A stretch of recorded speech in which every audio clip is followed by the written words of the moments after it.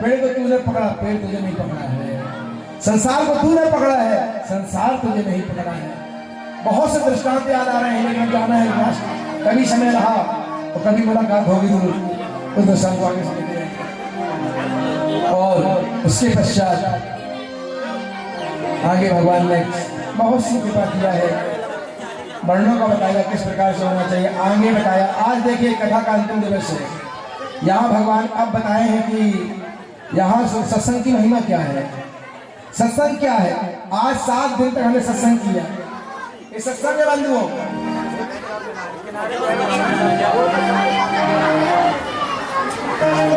यहाँ तुलसीदास जी ने कहा भी है रामायण में, फूल ताहि सकल मिले जो सुलभ सत्संग। पल भर के सत्संग को व्यक्ति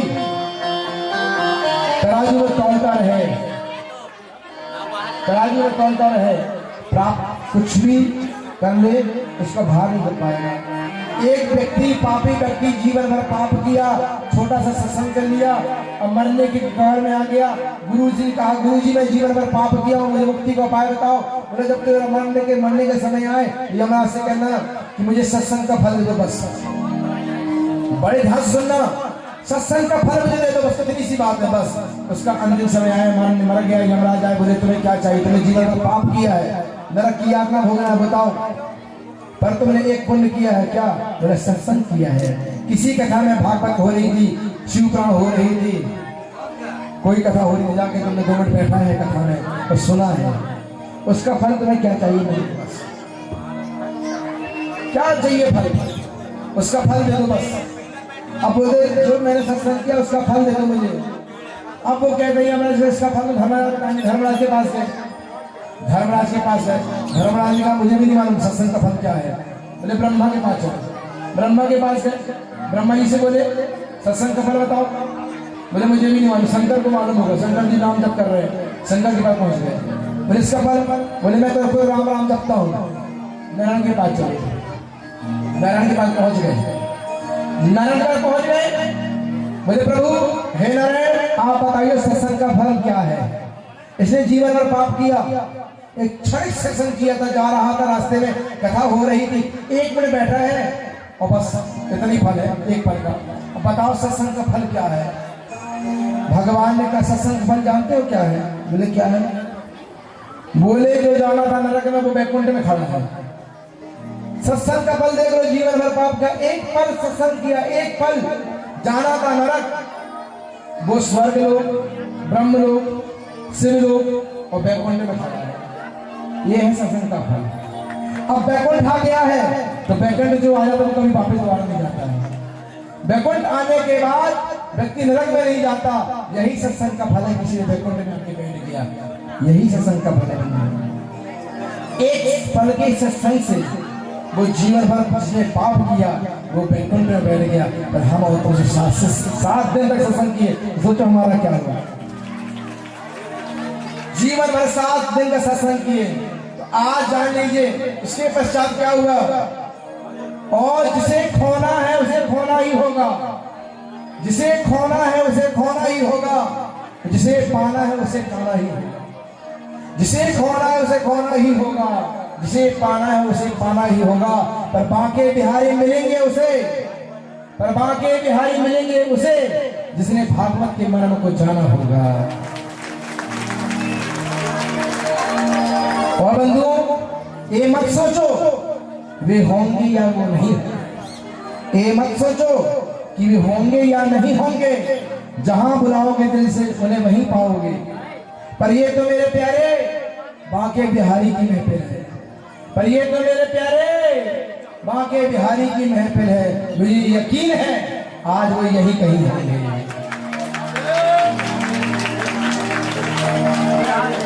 आज सुखदेव स्वामी कहते हैं परीक्षित बोल तुझे क्या जानना है। अब तू बता परीक्षित मरने वाला है, मरेगा क्या, क्या जानना है? परीक्षित कहते हैं अब तो चाह नहीं रहेगी, जो देना था आपने सब कुछ दे दिया, अब कुछ इच्छा नहीं है, बस लगता है आप मेरे सामने रहो और दम निकल जाए। अब तो महाराज मैं तो मुक्त हो चुका हूं, मैं तो मरूंगा ही नहीं। आपके मुख सुनने के बाद मैं मरूंगा नहीं, मैं तो सिर्फ कन्हैया से मिलूंगा, मरने का काम खत्म हो गया। भागवत सुनने के बाद व्यक्ति मरता नहीं है बंधुओं, सीधे कन्हैया से दीदार होता, कन्हैया से दीदार मिलता है। मरने का काम तो पापियों का है जो भागवत से दूर है, शिव पुराण से दूर है, वो तो सीधे कन्हैया के करीब होता है। इतना कहते सुखदेव चले गए, उठे हैं और तक्षक आया है, तक्षक आया है। और तक्षक जब आया चला वहां से, देवी भागवत में आता है कि वहां से कश्यप ऋषि चले हैं, कश्यप ऋषि चले हैं बचाने के लिए। आज तक्षक डसेगा, मैं बचाऊंगा और राजा मुझे बहुत फल देगा। मिल गए दोनों रास्ते में, देवी भागवत का बता रहा हूँ, देवी भागवत मुझे दिया हुआ है। बोले अच्छा, कश्यप ऋषि बोले कहाँ जा रहे हो? तक्षक ने पूछा, मनुष्य बना था, बोले कहाँ जा रहे हो? बोले जा रहा हूँ, आज तक्षक डसेगा राजा परीक्षित को और मैं बचाऊंगा, मुझे धन दूंगा। लालची ब्राह्मण। तक्षक ने कहा तुम बचा लोगे? बोले हाँ, क्या सबूत है? बोले मैं तक्षक हूँ। अच्छा, बोले वो वृक्ष, हरा वृक्ष लगा हुआ है, वो व्यक्ति लकड़ी काट रहा है और तुम, मैं जला के भस्म करता हूँ, जीवित करो। उसने फूंक मारा तक्षक, वो व्यक्ति जल के भस्म हो गया, पेड़ जल के भस्म हो गया। उस कश्यप ऋषि उठा करके जल भरा और ऐसे हमारा पेड़ पूरा हो गया। तक्षक समझ गया ये तो विधि के विधान में बैठने वाला है। तक्षक एक लकड़ी बन गया। अब देखिए लकड़ी की महिमा बता रहा हूँ। लकड़ी बन गया, सर्प के आकार की पड़ गया, सोने की। ब्राह्मण लालची था, ओहो सोने की लकड़ी, बढ़िया सोना। उठाया और लकड़ी को टांग लिया और जैसी पीछे टांगा है लकड़ी को टांग के चला है, सर्प के आकार की लकड़ी, सर्प दंत मार दिए। और जब अब पीछे जब मार दिया दंत, तो अब जब पीछे जाए तो जाए कैसे, वो वहीं मर गया। उसी दिन से सर्प जो लकड़ी चलने लगी सर्प वाली, उसी दिन से परंपरा शुरू हो गई सर्प की लकड़ी। जो लकड़ी आती सर्प वाली उसी दिन से आई है, उसके पहले नहीं चलती थी। ये बात नहीं पता था किसी को। आज सर्प वाली लकड़ी वहीं से प्रारंभ हो गया है। यहाँ तक्षक आए हैं और यहाँ पे तो परीक्षित ध्यान में बैठ गए हैं और आगे पुकार मार रहे हैं और शरीर फल के भस्म हो गया है। पर तक्षक परीक्षित सीधे भगवान के धाम को गए। यहाँ परीक्षित के जो पुत्र हैं जन्मेजय क्रोधित हो गए हैं और सर्प नाशक यज्ञ शुरू किया ऋषि को बुला करके। सर्प मरना शुरू हो गए यज्ञ के द्वारा। तक्षक बढ़ गए इंद्र के पास। यहाँ आस्तिक ऋषि आए हैं, आस्तिक ऋषि आए बोले मत करो यज्ञ, होनी थी, तुम्हारे पिता मोक्ष को प्राप्त हो चुके हैं, ऐसा विधान था। और सर्प क्यों मारे गए? क्योंकि सर्पों की मां कद्रू ने श्राप दिया था सर्पों को, तुम जाके भस्म हो जाओ जन्मेजय के यज्ञ में। क्यों? क्योंकि उन्होंने सर्पों ने अपनी माँ की बात नहीं माना था। अमृत के समय की घटना है, छोटी सी घटना बताई तो अगर बात चली है। अमृत लेके जब आए थे तो वो कद्रू वाली का कहावा थी कि कद्रू और बिंता बैठी थी, थोड़ा सूर्य का जा रहा था, सफेद पूंछ थी। तो बिंता कहती सफेद पूंछ है घोड़े की, कद्रू कहती काली है। बोले कल देखा जाएगा। तो कद्रू ने सर्पों को कहा है जाओ, सर्पों की माँ कद्रू है तो जाओ पूंछ में निपट जाओ। सर्पों ने मना कर दिया, माँ ये छल है, मौसी के साथ छल है, बड़ी माँ के साथ छल नहीं करना है। तो नहीं गए, कुछ सर्प नहीं गए, तुम्हारे श्राप ले जाओ, तुम जन्मेजय के यज्ञ में जल्दी भस्म हो जाओगे। और कुछ मान गए, लटक बन गए पूंछ में और पिता दासी बन गई है। लंबी कथा जाएगी। गरुण जी में गए हैं, अमृत लेके आए हैं, मुक्त हुए हैं और फिर आए हैं तो जीव जो सर्पों के जो दो जीव है, अमृत को रखा है कुसा में, तो इंद्र आके ले गए हैं। इंद्र ने कहा ब्राह्मण लेकर के अमृत को पियोगे तो पहले नहा करके आओ। सर्प गए नहाने के लिए, अमर होने के लिए गए हैं, लेकिन इंद्र अमृत रस लेके भाग गए हैं। और जब आप भागे हैं तो कुसा में ही अमृत को बूंद रह गई है। कुछ सर्प आए हैं और पहले हम पिएंगे, आगे के कुछ समय जैसी अमृत का रस पड़ा हुआ था उसको चाटे हैं, जैसी चाटे हैं उनकी जीभ फट गई। उस दिन सर्पों की दो जीभ हो गई। जीभ को चाटे हैं कुसा से, कुसा कांसा होता है, कांच जैसे होता है, कांच से भी तेज, जैसी जीभ चाटे जीभ फट के दो हो गई। आज भी सर्पों की दो जीभ है, एक नहीं दो जीभ करके। और यहाँ पर जन्मेजय को रोका है, तक्षक को मुक्त किया है। और यहाँ कथा का आते हैं 12वें स्कंद में। और 12वें स्कंद में जब आते हैं तो हमने क्या क्या नहीं किया है। आज पहले प्रथम सबसे पहले दिन हमने भागवत का महात्म्य पढ़ा कि महिमा क्या है, भागवत की महिमा क्या है। फिर उसके बाद प्रथम स्कंद में आता है महाभारत की कथा कि स्त्री का अपमान करने वाला व्यक्ति कोई भी क्यों ना हो तो जीवन में कभी बच नहीं पाएगा।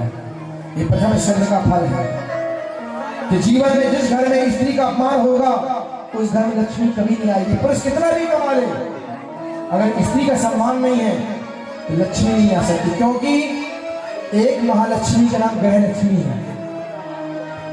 महालक्ष्मी का नाम ग्रह लक्ष्मी है और ग्रह जो लक्ष्मी है वही महालक्ष्मी है। घर की लक्ष्मी दुखी हो और महालक्ष्मी की हम पूजा करें असंभव है बनने में। इसलिए घर की लक्ष्मी का अपमान ना किया जाए। और दीपावली में मैं लक्ष्मी पुत्रों के लिए लक्ष्मी की बात और बता दूं। दीपावली में महिलाएं पूजा करती हैं, लक्ष्मी की पूजा करती हैं, विष्णु को छोड़ देती हैं। जो विष्णु की पूजा छोड़ करके लक्ष्मी की पूजा करता है लक्ष्मी कभी नहीं आती है। दीपावली में लक्ष्मी की पूजा, गणेश की पूजा, महाकाली की पूजा, नारायण की पूजा, कुबेर की पूजा और राम की पूजा करना चाहिए। राम की पूजा जिसके लिए दीप जलाए उसकी पूजा तो करते ही नहीं है। राम के आने की खुशी में दीप जलाए गए थे और जिसकी आने की खुशी में दिया जलाए गए उनकी पूजा ही नहीं करते आप लोग, तो लक्ष्मी आए कैसे? राम की पूजा करोगे, जहां राम आएंगे वहां लक्ष्मी अपने आप चली आएगी। इसलिए नारायण, राम, महाकाली, कुबेर, लक्ष्मी और गणेश। गणेश बुद्धि की दाता, लक्ष्मी पागल कर देगी। गणेश की तेजस्वी होती है कि लक्ष्मी जब आए तो हम पागल ना हो, अहंकार ना हो। लक्ष्मी जब आए तो आपके जैसे लोग इकट्ठे होकर ऐसी भागवत कराते रहे, शिव पुराण गाते रहे, सारे पुराण करते रहो, जीवन अपने सफल बनाए रहो। लक्ष्मी इसीलिए आती है। और यही कथा का आज विश्राम करते हैं, वाणी में विश्राम करने जाता हूँ। और उसके बाद दूसरे स्कंद में जो आता है पृथ्वी ब्रह्मांड की रचना कैसे हुई, ब्रह्मांड कैसे। और तीसरे स्कंद में कि अगर अपने बेटे से भी अगर हमें ज्ञान प्राप्त होता है तो हमें उस बेटे से भी अपना ज्ञान ले लेना, जिस प्रकार से कपिल भगवान ज्ञान को प्राप्त दिए। और उसके बाद चौथे स्कंद में ध्रुव, एक 5 वर्ष का बालक भी भगवान को पा सकता है। 5 वर्ष का बालक भगवान को पा सकता है, सिर्फ भगवान की भक्ति चाहिए दिल से। छठवें स्कंद में नाम की महिमा। 5वें स्कंद में आपको पृथ्वी नरक का वर्णन, जो पाप करेगा उसे नरकों में धोबी घाट के जैसे सिद्ध किया जाएगा। 6वें स्कंद में नाम की महिमा। नाम से व्यक्ति कलयुग के नाम आधारा सरल स्वर्णन उतरी पारा। हर व्यक्ति को अपने घर में सुबह और शाम, और सुबह नहीं तो शाम को 5 मिनट कीर्तन जरूर करना चाहिए हर व्यक्ति को। जब व्यक्ति घर के बुजुर्ग कीर्तन करना शुरू कर देंगे तो हमारे जो छोटे बच्चे हैं वो भी उसी राह में चल पड़ेंगे। उन्हें चलाना नहीं पड़ेगा, पहले स्वयं झुको तब बच्चे अपने आप झुकना शुरू करेंगे। हमने झुका नहीं और बच्चे कहां से झुक जाएंगे। एक जगह में कथा कर रहा था, नाम नहीं बताऊंगा। मैं कमरे में बैठा हुआ था, वहां जहां पर कथा हुई वहां रुका हुआ था, अलग कमरा था मेरा। एक बूढ़ी मैया आई और अपनी नाती से कहती बेटा महाराज जी के पैर पड़ो, महाराज जी का आशीर्वाद ले लो। अब वो लगी बूढ़ी मैया बेटे को, अब वो कर नहीं नहीं। हमने कहा अरे भैया तू परेशान काहे हो, क्यों परेशान हो रही है? बोले महाराज जी देखो आशीर्वाद नहीं ले रहा आपका, कैसे आगे बढ़ेगा? हमने कहा भैया अगर तू आती सबसे पहले अगर तू तेरे पैर में झुकती तो अपने आप तेरे बेटा झुक जाता, झुकाना ना पड़ता। तू तो झुकी ना है, तेरे बेटा झुके कहां से? और जैसे वो झुकी उसका बेटा भी झुक गया अपने आप। पहले बड़े झुके हैं तो छोटे अपने आप झुके। 7वें स्कंद में भगवान अपने भक्तों के लिए बचाने को खंभे से भी प्रकट हो सकते हैं। 8वें स्कंद में ग्रह की कथा आती है। भगवान भक्त जब जब संकट में आएगा एक निष्ठ होना चाहिए, एक में विश्वास रखोगे तो बहुत से पार हो जाओगे। और अगर बार बार कहीं हर जगह खोलोगे, जीवन भर खोलते रहोगे पर कभी पृथ्वी से पानी नहीं पाओगे। एक जगह खोलोगे कुआं बन जाएगा, जल को पालोगे। और बार बार देवता नहीं बदलना, एक देवता को पकड़ो और भगवान को पालो। हम हिंदू कहीं मजार को पूजने जाते हैं, कहीं पीर को पूजने जाते हैं। 33 कोटि देवता हमारे यहाँ विराजमान है। दुनिया उनके चरणों में नतमस्तक है और हम पीरों और मजारों को पूजने जा रहे हैं, मुर्दों की पूजा करने हम जा रहे हैं। हमसे वह बेवकूफ कौन है? हमारे हिंदू भगवान कम पड़ गए हैं क्या? क्या वो आए कभी मंदिर में पैर पड़ने के लिए? जब हाथ नहीं आए तो पागल हो, गुजारे हो, क्या वो तुम्हारा हल देगा? जीवन जैसा है वैसा ही पाओगे। हाँ, दुख हरेंगे तुम्हारी कन्हैया और दुनिया में कोई देवता ही ताकत नहीं हर सके। न पीर न मजार, सिर्फ मेरे बाप की बिहारी ही आपकी कोई भाग सकती है। यहाँ पे नौवें में राम कथा आती है। राम कथा सिखाती है जीवन को कैसे जीना है। रामायण कलयुग, गीता योग और भागवत योग। भागवत मरना सिखाती है। परीक्षित ने एक पल में अपनी मृत्यु को कैसे सार्थक कर लिया। मरते समय भगवान का कीर्तन करना बस ये जीवन का सार है। एक व्यक्ति तोता पाला और तोता पाला, एक शिकारी आया उसे बांध लिया और वो ठुटर करता करता मर गया। महात्मा रोने लगे। वहां से व्यक्ति निकला, क्यों रो रहे हो, क्यों रो रहे हो, क्या हुआ? अरे तोता पाला था, रामायण की चौपाइयों को याद कराया था, इतनी सुंदर चौपाई करा रहा था, लेकिन आज मर गया। बोले मर गया तो क्या हुआ? दोबारा पाल लेना, दोबारा सिखा देना। बोले इसका गम नहीं है कि दोबारा पाल लूंगा। अरे पाल लूंगा, कोई गम नहीं, पर इस बात का गम है मैंने चौपाइयां सिखाया था, दिन रात चौपाई गाता था, लेकिन मरते समय टर कर गया और चला गया। ऐसा ना हो कि मरते समय मैं भी टर करूं और अधोगति को प्राप्त हो जाऊंगा। राम राम मुख से निकले न कुछ निकल रहा, हरे कृष्ण न राम राम, भाई बीवी और बच्चों अट्टर मिठू जैसे मैंने निकल गया, मेरा जीवन ही निरर्थक बन जाएगा। जन्म जन्म निकल कराही अंतराम कहीं आवत नहीं बंधुओं। इसे जीवन पर्यंत हर समय भगवान की याद में रहने का प्रयत्न करना। भगवान से व्यक्ति वो दूर है जो भगवान को दिल से निकाल लिया है। भगवान के वह करीब है, मंदिर से कोसों दूर रहो पर भगवान की याद सदा के दिल में बसा के रखो, तो भगवान के करीब हो। भगवान के करीब मंदिर में बैठ करके, मैं भागवत में बैठ करके बीवी और बच्चों को याद करने बैठ जाऊंगा तो मैं यहाँ से दूर हूँ। घर में बैठ करके इनको याद कर रहा हूँ तो मैं इनके करीब नहीं। याद ही आपको परमात्मा के करीब ले जाएगा। दुनिया के कोई भी काम करो, रोटी बेलो, सब्जी बनाओ, कुछ भी करो, पर भगवान की याद में बनाना। वो भोजन नहीं, तुम्हें ठाकुर का प्रसाद मिल जाएगा। और इस 7 दिनों में 10वें स्कंद में कृष्ण की लीला, 11 ज्ञान का कांड है, जितना ज्ञान अथाह शब्द है। अब लास्ट अंतिम इस व्यासपीठ से आप सबको यही आशीर्वाद देते हैं, ना सिकवा ना शिकायत, ना सिकवा ना शिकायत, ना गिला करता हूं। ना सिकवा ना शिकायत, ना गिला करता हूं, सब खुश रहो, बस यही दुआ करता हूं। आइए अंतिम मंत्र बोलते हुए वाणी को शरीर विराम करेगा। आइए सभी लोग, अगर महिलाएं हैं सिर में दुपट्टा रख लें बढ़िया, और पुरुष कहें तो रुमाल हो, रुमाल लगे बनना, मन से ही रख लेंगे हमने रुमाल।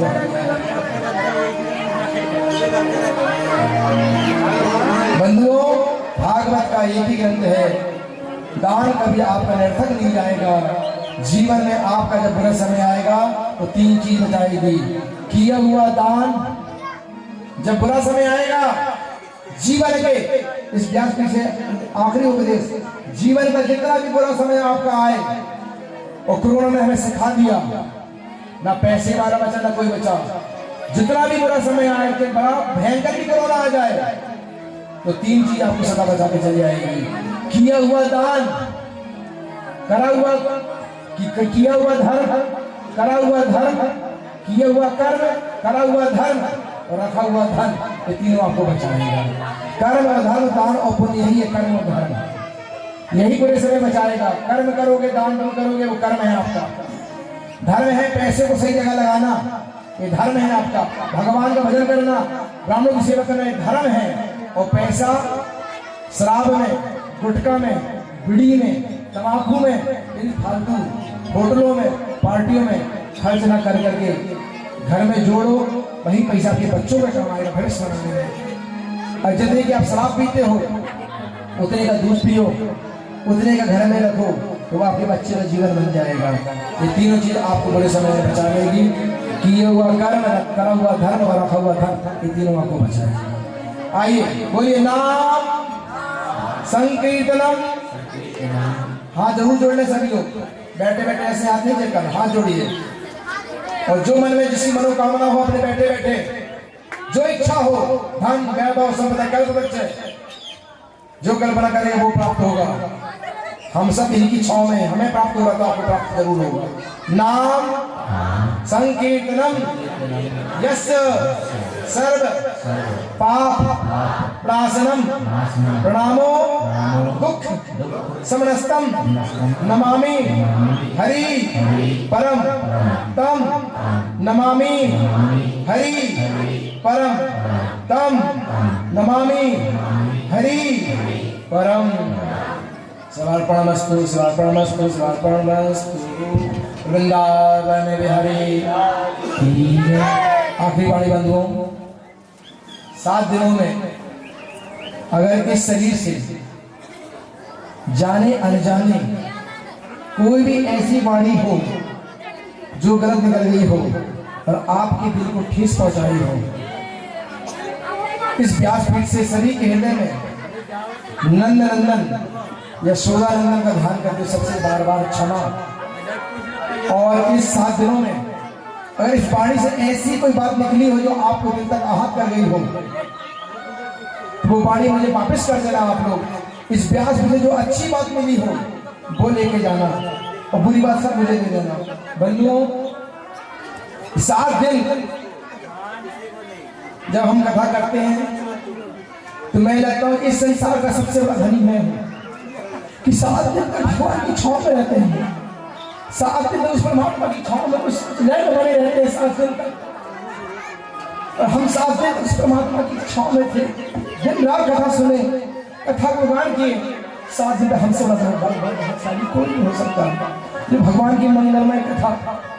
आज की दुनिया में कोई किसी सुनने तैयार नहीं है, पर आज आप सब इस छोटे से दास की वाणी सुने बैठे हो। मेरे बड़ा भाग्यशाली दुनिया में कोई हो ही नहीं सकता, अपने आप को भाग्यशाली मानता है।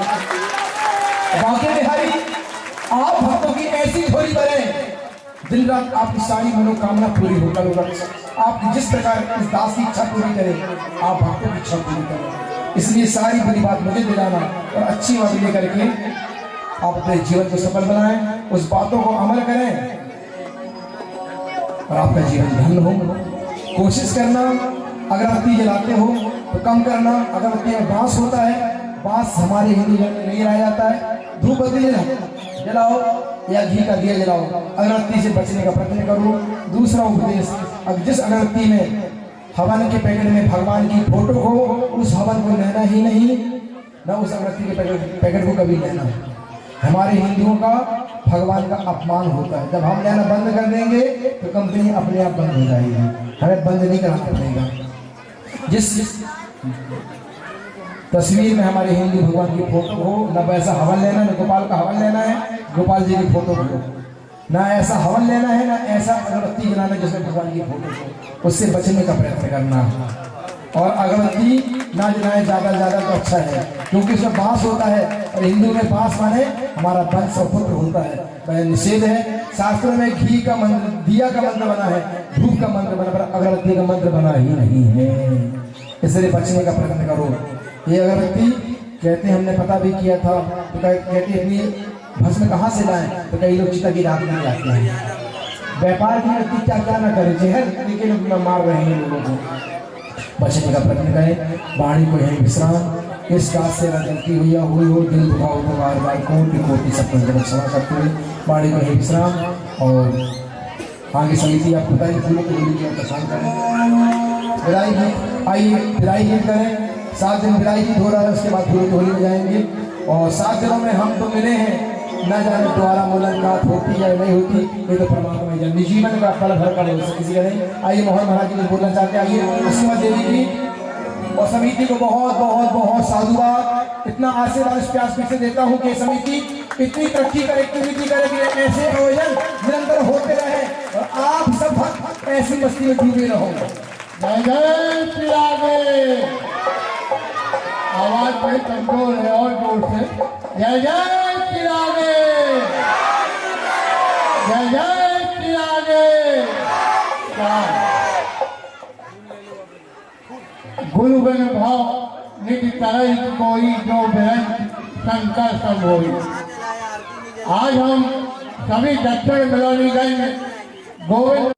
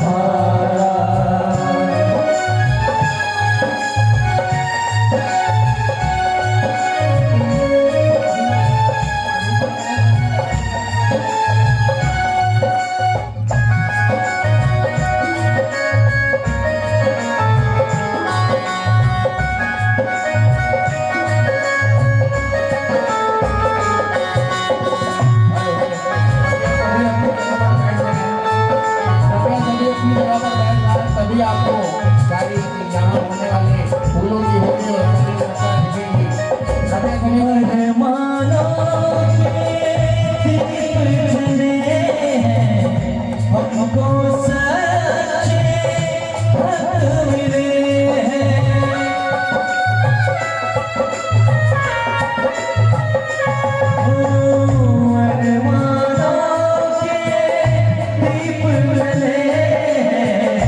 हमको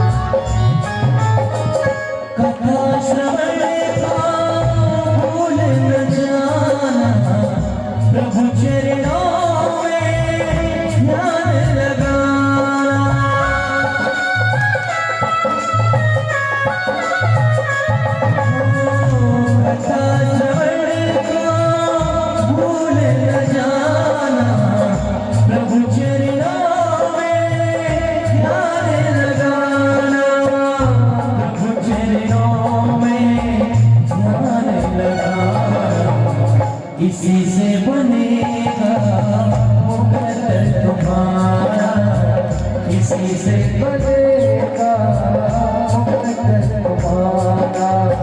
नहीं जिंदगी तो मिलेगी दोबारा, नहीं जिंदगी तो मिलेगी दोबारा।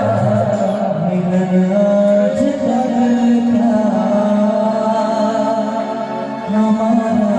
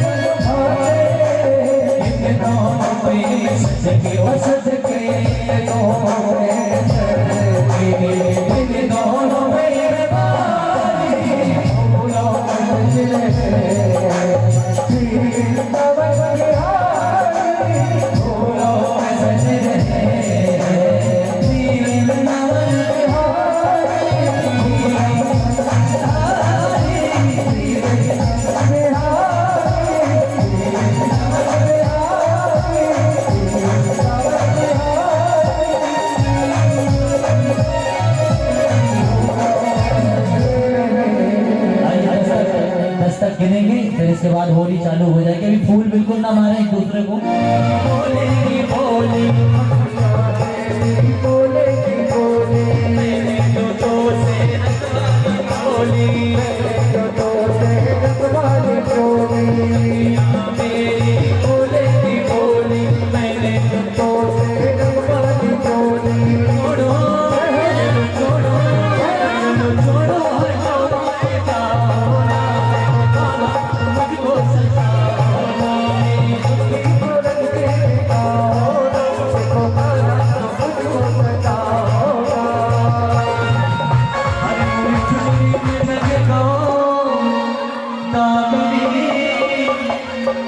अरे ऐसो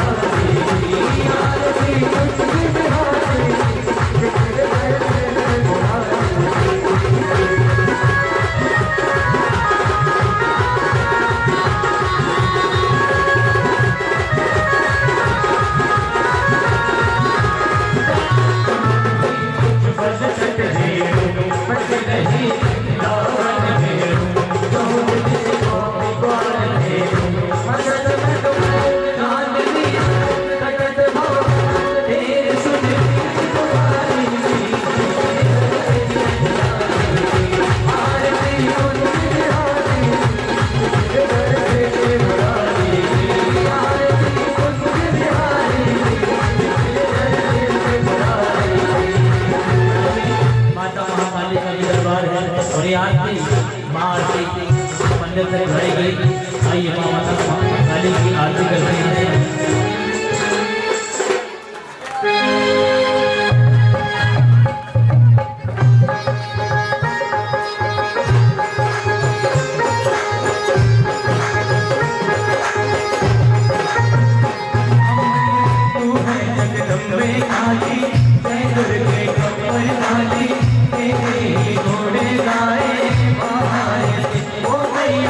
हम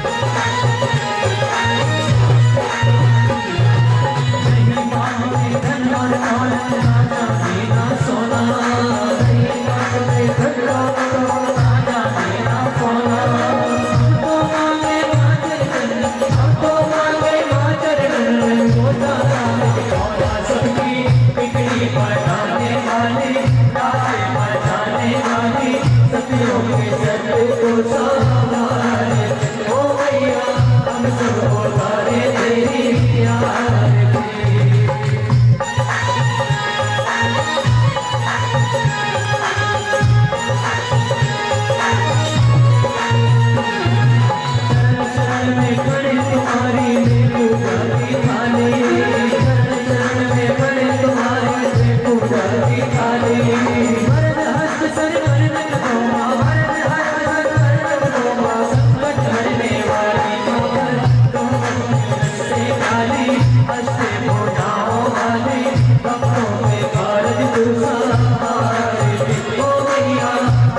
Oh